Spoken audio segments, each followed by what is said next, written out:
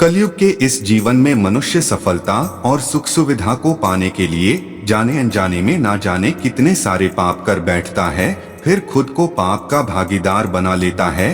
हर मनुष्य अपनी नींद चैन सब कुछ खोकर लगाकर दिन रात बस धन इकट्ठा करने के पीछे दौड़ रहा है, ताकि इन पैसों से वो अपना और अपने परिवार के लिए सुख सुविधा के सारे अत्याधुनिक साधन जुटा सके।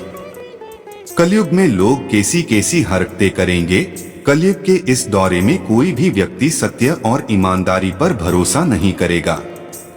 हर कोई बुरे कर्मों में लिप्त रहेगा। वासना सबसे बड़ा अधर्म बन जाएगा।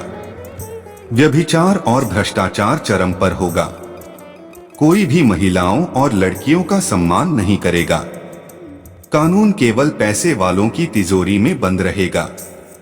सभी की पहली जरूरत भौतिक सुख पाना होगा और किसी को भी भक्ति में दिलचस्पी नहीं होगी। संतान अपने माता पिता को बहिष्कार कर उन्हें अकेला छोड़ देगी। पति पत्नी विवाह जैसे पवित्र संस्कार को भी कोई मायने नहीं रखेंगे। वर्टिकल बार लोग अपने माता पिता एवं शिक्षकों का अनादर करेंगे। धर्म और कर्म में मानने वालों की संख्या कम हो जाएगी और हर और पाप ही पाप होंगे। कलयुग में बढ़ते इस पापों के बीच भी व्यक्ति भगवान श्री कृष्ण द्वारा बताई गई इन 4 बातों को ध्यान में रखकर अपनी जिंदगी को आसान बना सकता है। तो आइए जानते हैं जिंदगी को आसान बनाने वाली भगवान श्री कृष्ण की वो 4 बातें। पहली बात, दान। भगवान श्री कृष्ण के कथन अनुसार जो व्यक्ति कलयुग में दान करता है उसका जीवन आसान हो जाता है।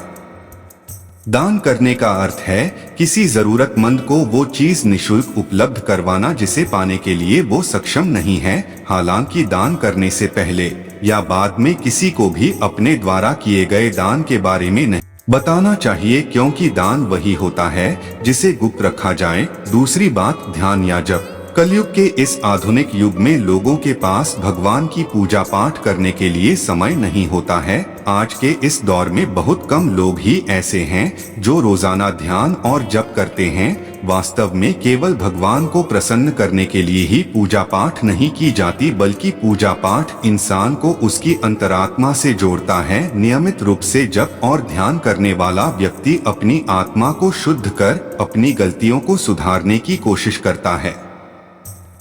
तीसरी बात, आत्मसंयम। कई बार ऐसा होता है कि पैसों के पीछे भागते भागते व्यक्ति का मन और दिमाग दोनों एक दूसरे से विपरीत दिशा में चलने लगता है और जाने अनजाने में व्यक्ति कोई ना कोई अधर्म कर बैठता है।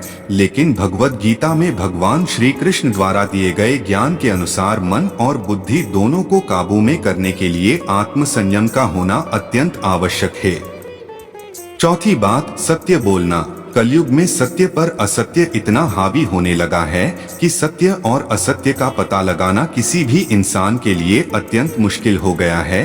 किसी भी व्यक्ति की बातों से यह अंदाजा नहीं लगाया जा सकता है कि वह व्यक्ति सच बोल रहा है या झूठ। इसलिए भगवान श्री कृष्ण ने कहा है कि जो व्यक्ति कलयुग में हमेशा सत्य के मार्ग पर चलेगा उसका जीवन आसान हो जाएगा। श्री कृष्ण की बताई गई इन 4 अहम बातों पर चलना कलयुग के इंसानों के लिए थोड़ा मुश्किल जरूर है, लेकिन जो व्यक्ति इन 4 बातों का पालन करेगा उसका जीवन बेहद आसान हो जाएगा। कलयुग चारों युगों में सबसे घातक है। कलयुग की उम्र 4,32,000 वर्ष है। इसको 4 चरणों में बांटा गया है, अभी चल रहा है। प्रथम चरण, कलयुग का प्रथम चरण 1,08,000 वर्ष का है। इंसानों की उम्र है 100 वर्ष। जैसे जैसे कलयुग आगे बढ़ता जाएगा वैसे वैसे इंसानों की उम्र भी घटता जाएगा। कलयुग के द्वितीय चरण में इंसानों का उम्र सिर्फ 50 साल रहेगा, तृतीय चरण में 25 साल और चतुर्थ चरण में सिर्फ 12.5 साल ही इंसानों का उम्र रहेगा। कलयुग का अर्थ क्या है? जहाँ नियम कानून नहीं है उसी को कलयुग कहते हैं। जहाँ सारे रिश्ते खत्म उसी को कलयुग कहते हैं। आज के समय में इंसान जानवर जैसा बन गया है। थोड़ी सी संपत्ति के लिए लोग एक दूसरे की जान तक लेने से नहीं कतराते। एक एक इंच जमीन के लिए भाई भाई आपस में लड़ाई करते हैं। मुझे ज्यादा बताने की जरूरत नहीं। आए दिन आप न्यूज में सुनते हैं कि किस प्रकार मामा ने भांजी के साथ पवित्र रिश्ते को कलंकित किया।